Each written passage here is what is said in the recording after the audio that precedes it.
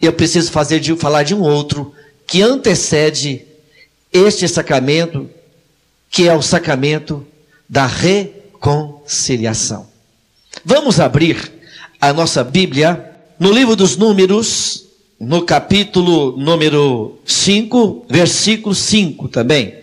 Nós mostraremos agora que desde o Antigo Testamento não existia o costume de confessar-se só com Deus, mas pecados graves tinham que ser confessados diante das pessoas, em público, e não individualmente a pessoa com Deus. Veja o que diz a palavra. Assim eu vou ler nessa tradução da Bíblia João Ferreira de Almeida. Falou mais o Senhor a Moisés dizendo. Quem está falando? É a palavra do Senhor. Dize, versículo 6. Dize aos filhos de Israel, quando homem ou mulher fizer algum de todos os pecados humanos, transgredindo contra o Senhor, tal alma culpada é. E confessará o seu pecado que cometeu. E confessará. O seu pecado que cometeu, pela sua culpa, fará plena restituição, segundo a soma total, e lhe acrescentará sua quinta parte, e dará àquele contra quem se fez culpado. Além da pessoa ter que confessar publicamente o seu pecado, ela tinha que restituir uma quinta parte, 20%, à pessoa que ela tivesse lesado, ou seja, a confissão tinha que ser pública e também a restituição tinha que ser pública. O melhor exemplo que nós podemos mostrar de uma confissão pública, inclusive de um pecado muito pessoal, um pecado grave, um pecado feito às escondidas. Se essa pessoa quisesse, ela poderia ter se mantido oculto, mas não. Essa pessoa confessou um pecado grave publicamente. A história está em 2 capítulos do segundo livro de Samuel. É o capítulo 11 e o capítulo 12. Nesses 2 capítulos, a história de Deus, a palavra de Deus nos conta que um dia o profeta Natã foi procurar Davi, dizendo-lhe, Davi, aconteceu um dia que havia um homem que tinha uma única ovelhinha. Essa ovelhinha comia da sua mesa, dormia na sua cama. Era a única ovelhinha daquele homem pobre. Vizinho àquele homem pobre havia um homem muito rico, dono de muitos bois e ovelhas. E chegando um convidado à sua mesa, ao invés de tomar uma de suas ovelhas, arrebatou à força a única ovelhinha que aquele pobre possuía, a matou e a serviu ao seu convidado. Davi, o que este homem merece? E Davi, todo irado, disse, este homem merece a morte. Então Natã vira para Davi e diz, este homem é você. Davi sentiu-se então naquele momento como um lobo arrebatador de uma ovelha única, que era a esposa de Urias, o Hiteu, quando ele adulterou, mandou que aquela mulher viesse à sua presença, adulterou com ela, e estando essa mulher grávida, deixou que Urias morresse no campo de batalha de propósito, e assumiu aquela mulher como esposa, inclusive aquele filho adulterino.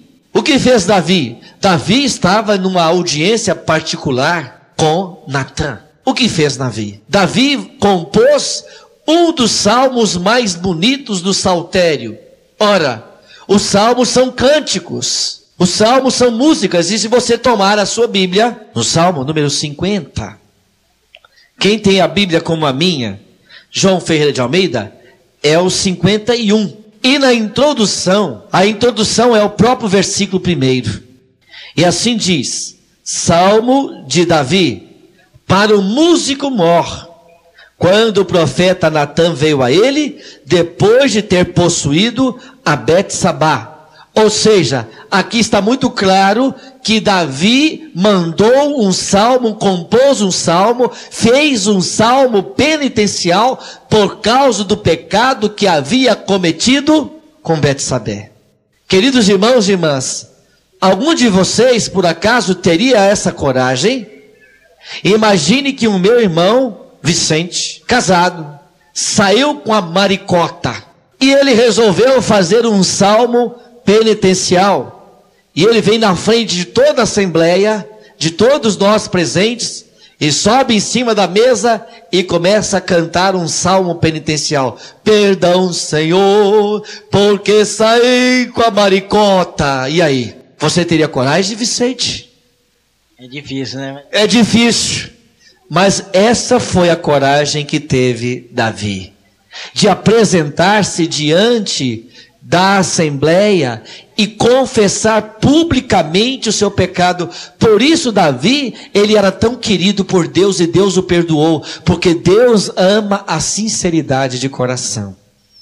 Tem um outro salmo penitencial, também escrito por Davi, que é o salmo número 23 ou 24 da Bíblia hebraica. Veja, o Senhor é...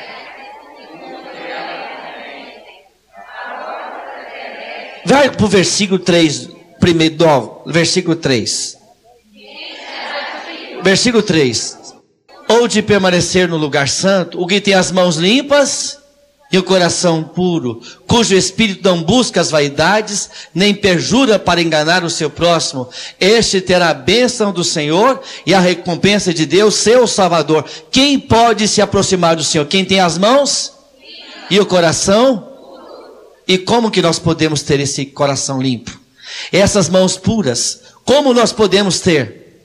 Sabe como? Davi faz outro salmo penitencial. Abra o 31 agora. Olha o que diz o Salmo 31. Ou da Bíblia de tradução protestante, 32. Da Bíblia de Jerusalém também, 32. Versículo 1. Feliz aquele cuja iniquidade foi perdoada, cujo foi absolvido. Feliz o homem a quem o Senhor não argue de falta, e cujo coração não há dolo. Enquanto me conservei calado, mirraram-se meus ossos entre contínuos gemidos, pois dia e noite vossa mão pesava sobre mim. Esgotavam-se minhas forças como nos ardores do verão. Então eu vos confessei o meu pecado e não mais dissimulei a minha culpa. E o que aconteceu? Disse: vou confessar ao Senhor a minha iniquidade. Vou confessar ao Senhor, ao Senhor, ao Senhor, ao Senhor, e vós perdoastes a pena do meu pecado. Esse salmo é salmo público. Esse salmo é salmo lido em qualquer lugar de Israel e ainda hoje. Ou seja, Davi fez uma confissão pública dos pecados e não uma confissão apenas ele e Deus, mas uma confissão diante de Deus. Era esse o costume do Antigo Testamento. E qual é o costume agora no Novo Testamento? Nós vamos tomar agora a palavra de Jesus. Vamos lá para os evangelhos em primeiro lugar. O Evangelho de São Lucas, capítulo número 5, versículo 17. A palavra do Senhor diz assim: e aconteceu que num daqueles dias estava ensinando e ali assentados fariseus e doutores da lei, que tinham vindo de todas as aldeias da Galileia e da Judéia e de Jerusalém. E a virtude do Senhor estava com ele para curar. E eis que uns homens transportaram numa cama um homem que estava paralítico, e procuraram fazer entrar, pô-lo diante dele. 19. Não achando por onde o pudessem levar, por causa da multidão, subiram ao telhado, vendo-lhes o Senhor a sua fé. O que Jesus viu? Viu a fé do paralítico ou dos amigos do paralítico? Jesus falou então para aquele paralítico: perdoados te são os teus pecados. Mas aqui no versículo 21, a palavra do Senhor diz assim: e os escribas e os fariseus começaram a razoar, dizendo: quem é este que diz blasfêmias? Quem pode perdoar pecados, senão só Deus? Quem pode perdoar pecados, senão só Deus? Este é o argumento protestante, que fala que não adianta você confessar pecado, que só Deus pode perdoar pecado. E está escrito na palavra, está escrito em Lucas 1:5, versículo 21. Quem pode perdoar pecado senão só Deus? Então você não precisa mais, não adianta você confessar pecado com o sacerdote, que só Deus pode perdoar pecado. Como é que você sai dessa? Esse é o argumento protestante. Vou confessar ao Senhor a minha iniquidade. Ao Senhor